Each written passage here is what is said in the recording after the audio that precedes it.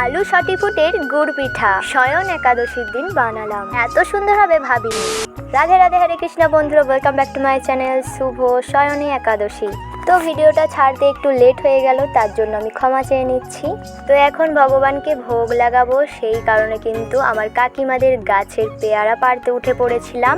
আর এই ইটের উপরে উঠেই কিন্তু আমি পেয়ারা পাড়ছিলাম, আর গোটা গাছে কিন্তু প্রচুর পেয়ারা হয়েছিল। হয়তো আলোর কারণে তোমরা সমস্ত পেয়ারা দেখতে পাচ্ছ না। আর এই লগিটা দিয়েই কিন্তু আমি পারি, বা যে কেউ পারে, কিন্তু দেখো নিচোটা তো খুব একটা ভালো জায়গা ছিল না, তার কারণে কিন্তু আমি লগি দিয়ে পারিনি। ভালো জায়গা না বলতে ছাঁচার জল পড়ে তো, আর ভগবানকে ভোগ লাগাবো, আর সেই মাটিতে পড়লে সেটা কি ভগবানকে ভোগ দেওয়া যাবে? সেই কারণে তো তাই হাতের সামনে একটা পেয়ারা ছিল, সেটাকেই কিন্তু আমি পেরে নিয়েছি। আর ওপরে ওপরে আরও বড় বড় পেয়ারা ছিল, কিন্তু সেগুলো আমি পারতে পারিনি। তো এখানে আম, কলা আর পেয়ারা ছিল। আর এখানে আকাশটা দেখো, কখনো মেঘলা আবার কখনো রোদ বেড়াচ্ছিল। তো এখানে আমি তুলসী পত্র তুলে নিচ্ছিলাম। তো তোমরা সবাই জানো যে তুলসী পাতা তোলার কিন্তু মন্ত্র আছে, আর তুলসী গাছে জল ঢালারও কিন্তু মন্ত্র আছে। তো তোমরা যদি কেউ জানতে চাও অবশ্যই আমাকে কমেন্ট করে বলবে, আমি কিন্তু বলে দেব। হয়তো তোমরা অনেকেই জানো বা অনেকেই জানো না। তো তোমরাও কে কে একাদশী ব্রত করো আমাকে অবশ্যই কমেন্ট করে জানাবে। আর এইটা দেখো, কেউ বলবে এটা হচ্ছে যে সটিফুট আর আলু দিয়ে তৈরি, কেউ বলবে না, বলবে যেন সুজি ময়দারই গুড় পিঠা। আমিও তো পুরো অবাক হয়ে গেছি যে এতটা সুন্দর হয়। এটা কিন্তু আমার জেঠিমা বানিয়েছিল, হ্যাঁ এই প্রথমবার বানিয়েছিল আমার একটা কাকিমা বানায়। তো সেই বলেছিল যে বর্দি তুমি এইভাবে একবার বানিয়ে দেখবে। তো দেখো এটাই কিন্তু সটিফুট ছিল।